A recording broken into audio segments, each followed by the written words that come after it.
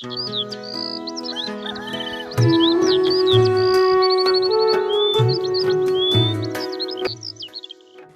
सोनपुर में हरी नाम का एक गरीब लेकिन ईमानदार किसान रहता था।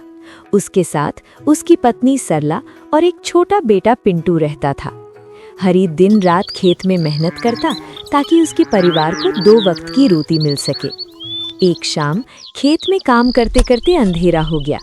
सरला घर पर बार बार रास्ते की तरफ देख रही थी। कहीं कुछ हो तो नहीं गया? आज बहुत देर हो गई। जैसे ही हरी थका हुआ घर पहुंचता है, सरला उससे पूछती है, अरे आ गए तुम? आज इतनी देर क्यों हो गई? मैं कब से परेशान हो रही थी। आज काम करते वक्त सूरज कब ढल गया मुझे पता ही नहीं चला। सरला, बच्चे सो गए क्या? बच्चे तो कब के खाना खाकर सो गए हैं। आप भी हाथ पैर धो लो, मैं खाना लगा देती हूँ। फिर आपके हाथ और पैरों के छालों पर दवाई लगा दूंगी। सरला खाने की थाली लगाने जाती है, लेकिन बर्तन में सिर्फ एक आदमी के खाने जितना अनाज बचा होता है। अरे, इसमें तो सिर्फ एक आदमी के खाने जितना ही खाना बचा है। अगर ये खाना नहीं खाएंगे तो कल काम कैसे कर पाएंगे?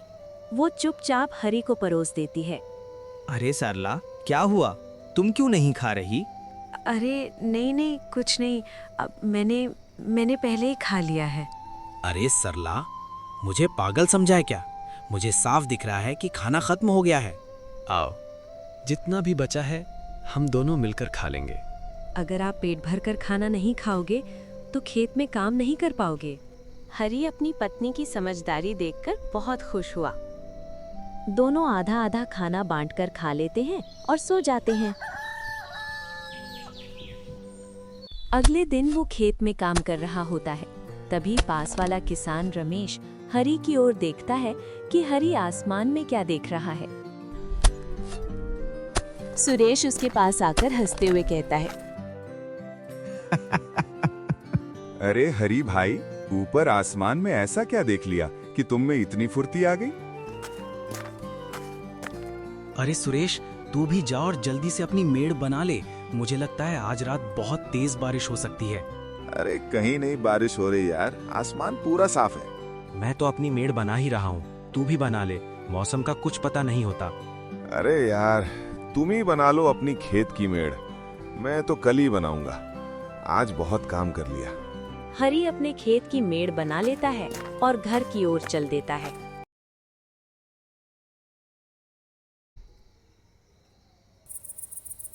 अपने घर में आराम से सो रहा होता है। तभी उसे कुछ आवाज सुनाई देती है।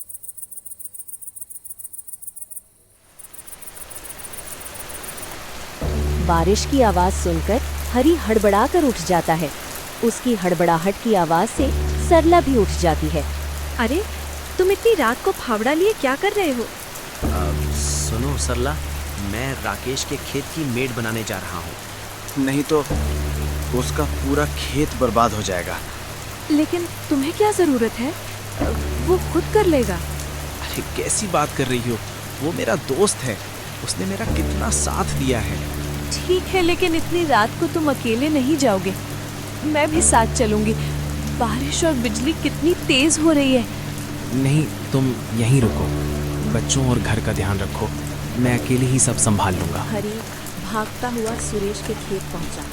उसने बहुत मेहनत से मेड़ बनाई। इतनी जोर की बारिश में बाढ़ की वजह से मेड़ बार बार टूट रही थी।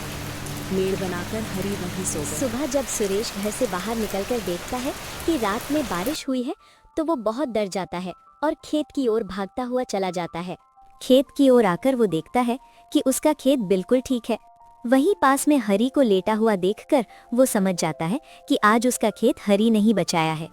अरे अरे भैया हरी, उठो, जल्दी उठो। देखो भैया, सुबह हो गई है, तुमने मेरा खेत बचा लिया। अरे अरे सुरेश, तू यहाँ? लेकिन तू रो क्यों रहा है भाई? अरे भैया, मुझे लगा था मेरे खेत की मिट्टी बह गई होगी। मेरे होते हुए तेरा नुकसान थोड़ी होने देता। सच में बहुत बहुत धन्यवाद हरी भैया। अगर आप न होते तो मेरा बहुत नुकसान हो जाता और मैं उसकी भरपाई भी नहीं कर पाता। ये सही कह रहा है। आप सबकी मदद करते हो, तभी तो पूरे गांव में आपको बहुत मानते हैं। अरे ऐसा मत कहो भाई, सब मेहनत करते हैं, मैंने कुछ खास नहीं किया। अब तुम जाओ और आराम करो, हम मिलकर तुम्हारे खेत का काम भी कर देंगे। हरी अपने घर आ जाता है, लेकिन उसकी तबीयत खराब हो जाती है। कुछ दिन बाद गांव में खबर फैलती है, रमेश नाम का आदमी चोरी के इल्जाम में पकड़ा गया है। पुलिस को बुलाओ, मिलनी चाहिए, पुलिस को बुलाओ, मिलनी चाहिए, पुलिस को बुलाओ, मिलनी चाहिए। बेटी की शादी है, घर में पैसे नहीं थे, उसकी आंखों के सपने पूरे करने थे।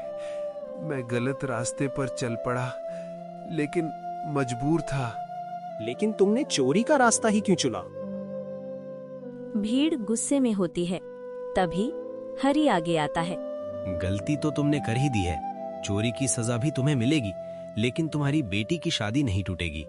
हरी अपनी फसल का हिस्सा आगे रख देता है, फिर एक एक करके पूरा गांव मदद के लिए आगे आ जाता है। आज आप लोगों ने साबित कर दिया कि इंसान अमीर पैसों से नहीं दिल से होता है। मैं आप सभी का ये एहसान कभी नहीं भूलूंगा। आज हरी ने साबित कर दिया कि इंसान अमीर पैसों से नहीं दिल से होता है। जो दूसरों के दुख में साथ खड़ा हो जाए, वही सच्चा इंसान कहलाता है।